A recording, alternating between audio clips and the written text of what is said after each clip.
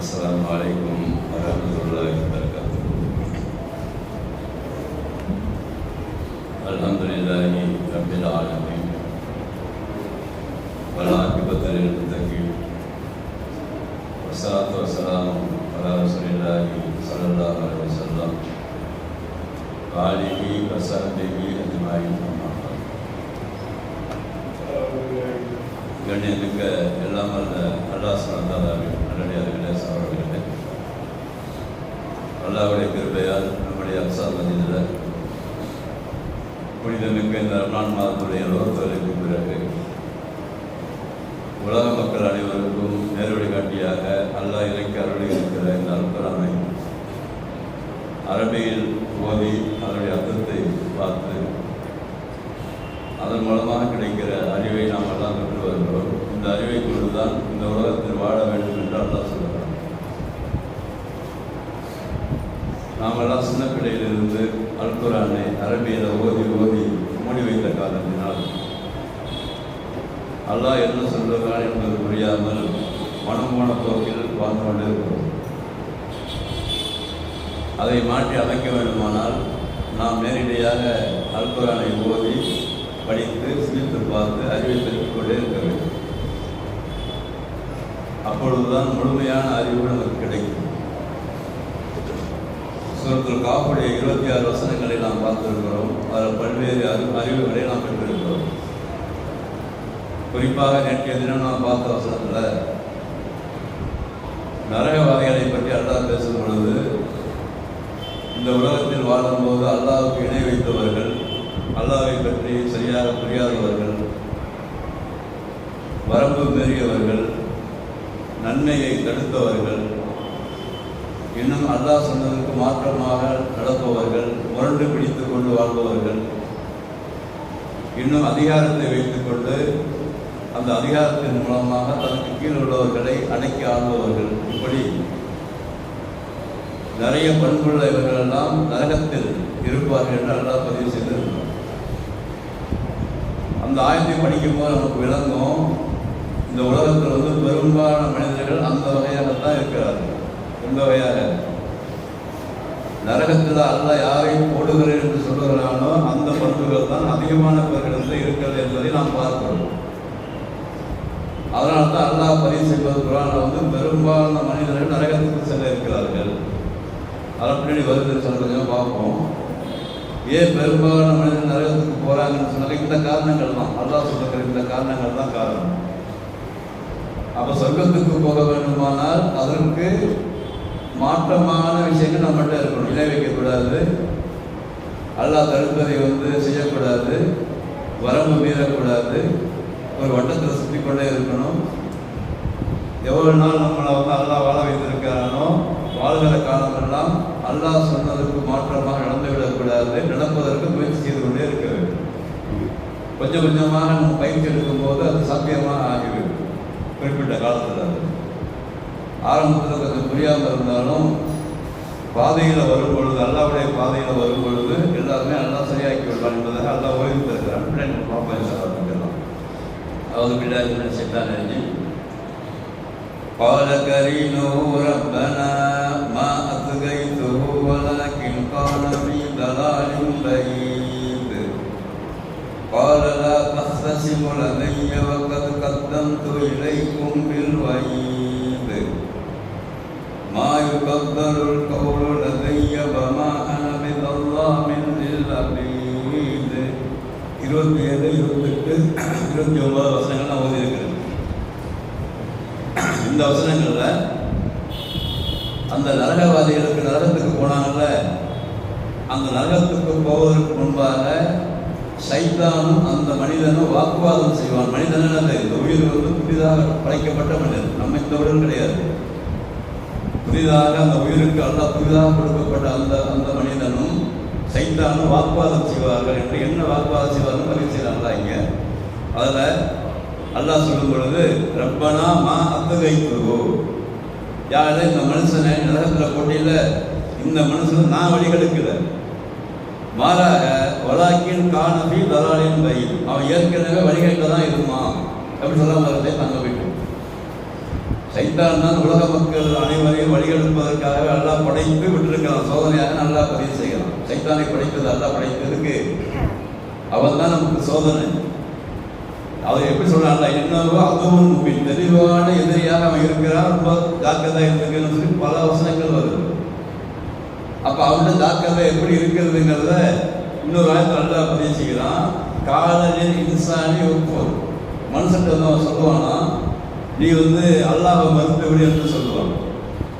அவன் என்ன சொல்லுவான், அவன் ஒத்துக்குவான். அதுக்கு எப்படி எப்படி ஆயத்திருக்குது, காலையில் இன்சானி பலமா கபர, இவன் சொல்ல பேச்சு கேட்ட அல்லாஹ்வை நிராகரித்து விட்ட பிறகு இன்னி பரியோன் மின்க, நான் உன்னை விட்டு ஒதுங்கி கொள்கிறப்பா, இன்னி அகாபுல்லாக ரப்பல் ஆலமீன், நான் அகில உலகத்தை படைத்து வளர்த்து கண்காணிக்கிற அல்லாஹ்வுக்கு நான் பயப்படுறேன்னு சைத்தான் சொல்லுவான். அந்த மனுஷன் குர்ஆன்ல வசனம் இருக்கிறதுபடி சைத்தான் முதல்ல என்ன சொன்னா, சின்னதாக ஒரு தூண்டி போடுவான் மனுஷனுக்கு, லைட்டானா சும்மா லைட்டாக தான் அப்படி அழைக்கிறது, மிகப்பெரிய அழைப்பெல்லாம் இருக்காது.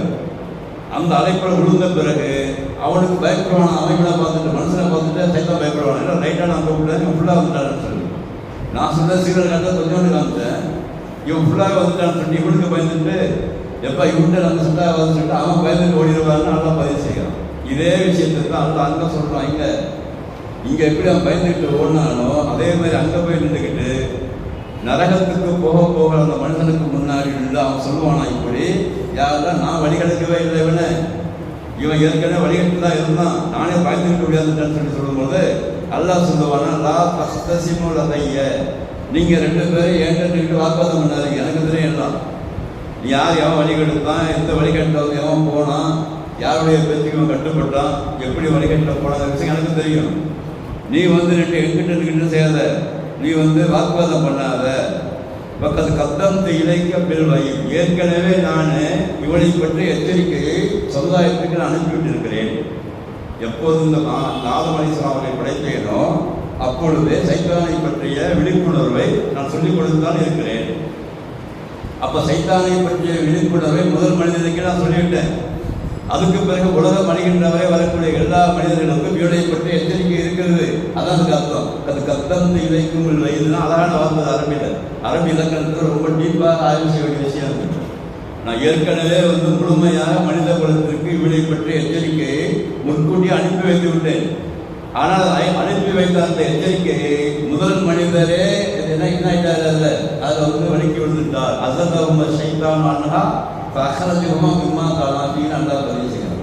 முதல் மனிதனையே அவனால் வசுவாசம் கொடுத்து மனதை மயக்கி அல்லாஹ் சொன்னதுக்கு மாற்றமாக நடக்க வைக்க முடியும் என்பதற்கு ஆரம்ப வாப்பாவாக இருக்கிற அந்த ஆதம் அலைஹிஸ்ஸலாம் அவர்களே அவனால் வழியெடுக்க முடியும் என்பதற்கு அவனை சாட்சிகள் அல்லாஹ். அதே மாதிரி தான் உலகம் அழிகின்றவரை வரக்கூடிய எல்லா ஆண்களையும் பெண்களையும் சிறுவர்களையும் பெரியவர்களையும் முழுமையாக அவர்கள் கேரக்டருக்கு தகுந்த மாதிரி வழிகெடுப்பான். அவன் ஒரு ஆள் கிடையாது, அவனுக்கு 10 கூட்டங்கள் இருப்பதை நல்லா பதிவு செய்யணும். புராண பசங்க நிறையா இருக்குது. அவன் ஒரு ஹெட்டு கிடையாது, அவன் ஹெட்டுக்கு கீழே நிறைய டிஸ்ட்ரிபியூட்டர்ஸ் இருக்கிறாங்க, அவனுக்கு நிறைய கிளைகள் பிரான்ச்சஸ் இருக்கிறாங்க. அவன் ஆளுக்கு தகுந்த மாதிரி வழிகெடுப்பாங்க. அவனுக்கு தெரியும் அவங்களுக்கு இவன் யாரு, இவனுக்கு என்ன சொன்னால் இவன் என்ன மாறுவான். அதை கரெக்டாக அவன் கரெக்டாக என்ன செஞ்சிருவான், அவன் கோல் அடிச்சிருவான். ஆனால் யாரா அல்லாஹ் இதுக்கு வாக்குறுதி கொடுக்குறான். மா இபாதக்கள் முப்ளிஸீன், என்கிட்ட யார் இஹ்லாஸாக என்னை நெருங்கி முழுமையாக என்னை நம்பி யாரெல்லாம் இஹ்லாஸாக நெருங்கி வருகிறார்களோ அவர்கிட்ட அவன் வேலை படிக்காது. அவனுக்கு தெரியும், அவனுக்கு சைத்தான் இந்த வேலையை அவன் தோன்றுறான். அந்த காரியம் செய்யும் போது நம்ம சைத்தான் தோன்றுறாங்கிற விழிப்புணர்வை எல்லாம் போட்டு விடுவான். யாருக்கு மாத்திரம் கேட்டு கொடுக்குறான் அவன். யாருக்கு மாத்திரம் என்று சொன்னால் யாரெல்லாம் அல்லாஹ்வை ஓரளவுக்கு நம்பி மறுமையை நம்பி இபாதத்தை நம்பி கண்டிப்பாக மௌத்துக்கு பிறகு வாழ்க்கை என்பதை நம்பி தங்களுடைய செயல்பாடுகளை மாற்றி அமைத்துக் கொண்டு வாழ முற்படுவதை அவங்களை வழியெடுக்க முடியாது. அவன் என்ன செஞ்சாலும் அல்லா காப்பாற்றுவதாக அல்லாஹ் பதிவு செய்கிறான். அதுதான் இங்கே சொல்லுகிறான், மா இபத்தருள் கவுல் அதைய, என்னிடத்துல எந்த விதமான மாற்றமும் என்னுடைய நான் சொன்னது கிடையாது. அல்ல இன்னொரு வாக்குறுதி கொடுக்குறோம். நான் சொன்ன வாக்குறுதி தான்.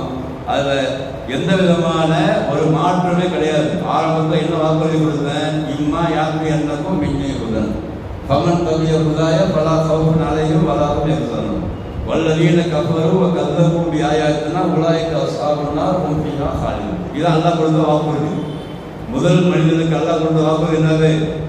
யாரெல்லாம் என்னிடத்திலிருந்து அறிவுரை வரும், அந்த அறிவுரை யாரெல்லாம் பின்பற்றுகிறீர்களோ அவர்களுக்கு எந்த பயமும் கிடையாது, எந்த கவலையும் கிடையாது, நிச்சயமாக அவங்க சொந்தம் போயிடுவாங்க.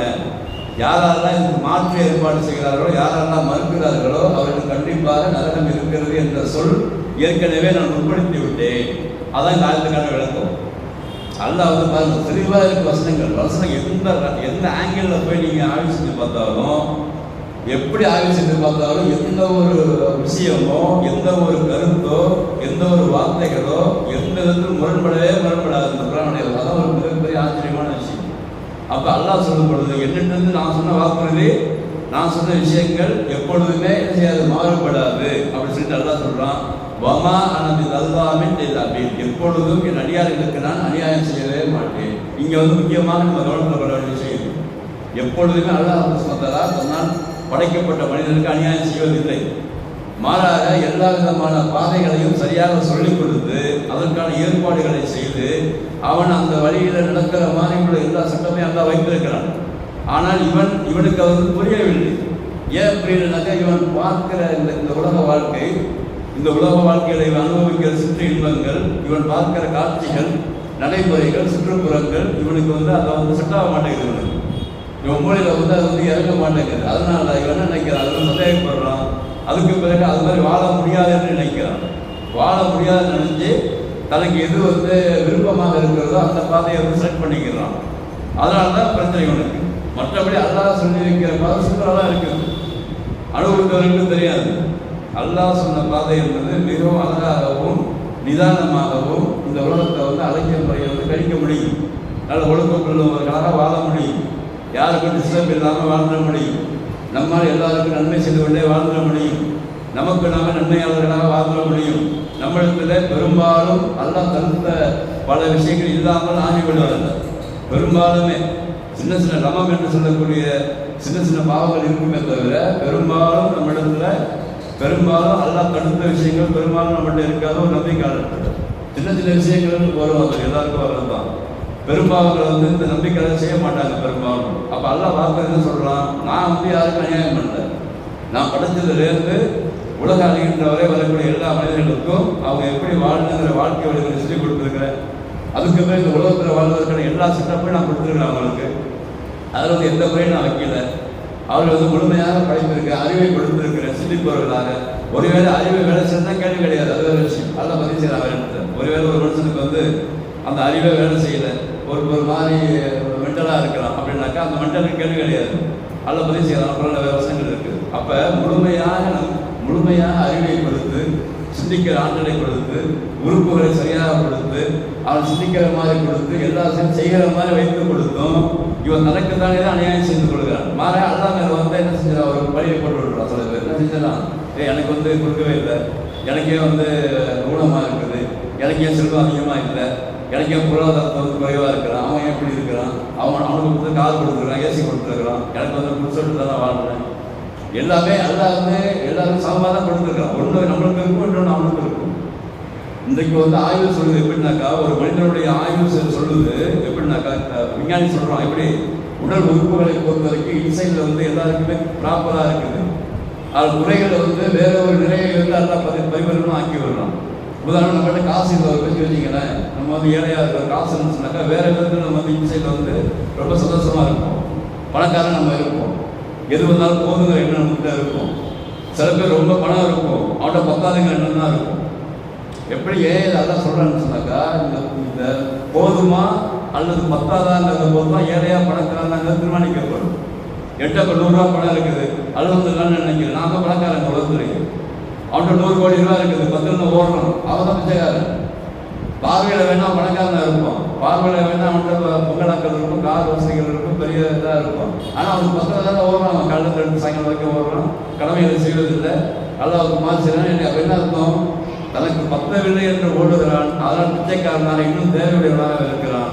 சில பேர் வந்து எங்களுக்கு அல்லா கொடுத்து போகும் அப்படி நினைக்கிறாங்கல்ல, இவங்க தான் வந்து பணக்காரர்கள் உள்ளும் தலைவர். அதுக்காக ரசூலா சொல்லி கொடுத்தாங்க, சுகூர் தொழுகை விட்டு யார் 2 காசு முன்னாடி தொழுகிறாங்கல்ல, 2 காசு சுகர் தொழுகிறாங்கல்ல, இந்த தொழுகை யார் தொழுகிறாரோ அவருக்கான கூலி என்னன்னு சொன்னாக்க இந்த உலகத்தில் உள்ள எல்லா பொருள்களை விடவும் சிறந்ததுங்கிறாங்க சொல்றாங்க. நமக்கு புரியாமல் வந்து ஆரம்பத்தில் படிக்கும் போது அது 2 ரக்க தொழுகையில இவ்வளவு கிடைக்குதுன்னு நம்ம ஆரம்பத்தில் படிக்கும் போது யோசிச்சு பார்த்தோம்.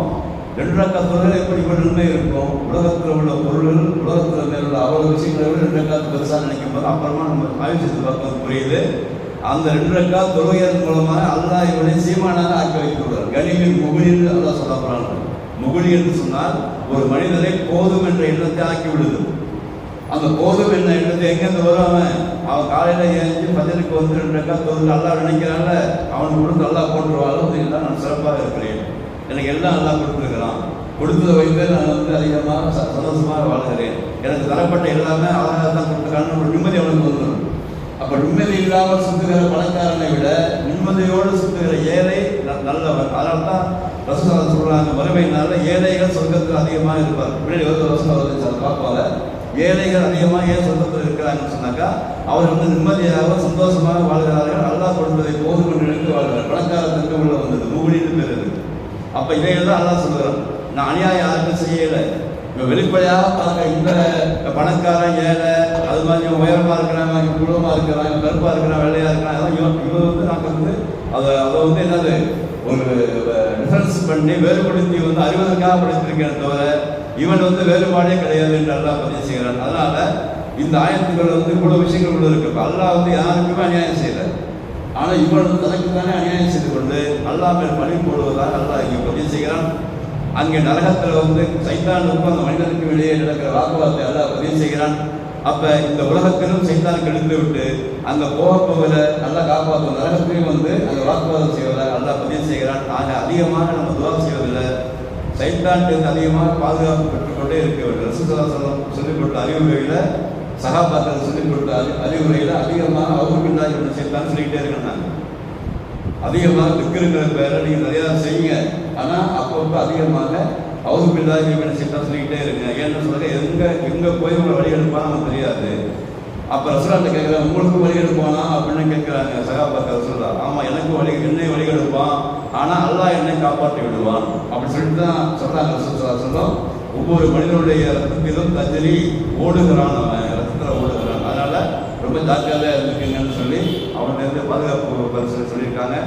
அப்போ சைத்தான் இந்த உலகத்தில் வாழும்போது வழிகெடுத்து விட்டான், வழிகெடுத்து கொண்டிருக்கிறான், அங்கேயும் போய் வாக்குவாதம் பண்ணுவான். அதனால் அவன்கிட்ட ரொம்ப ஜாக்கிரதையாக இருந்து ரொம்ப பர்ஃபெக்டாக அவன் வந்து இந்த தொழில் இபாதத்தையே வழிகெடுத்து போயிடுவான், நோம்பு வழிகெடுத்துட்டு போயிடுவான், நல்லா காப்பாற்றணும். அதனால் எங்கெல்லாம் அவன் வந்து வரானோ, கிராஸ் பண்ணி வரானோங்கிறத நல்ல கண்காணித்து இன்ஷால்லா அவன்கிட்ட அதிகமாக பாதுகாப்பு பெற வேண்டும்.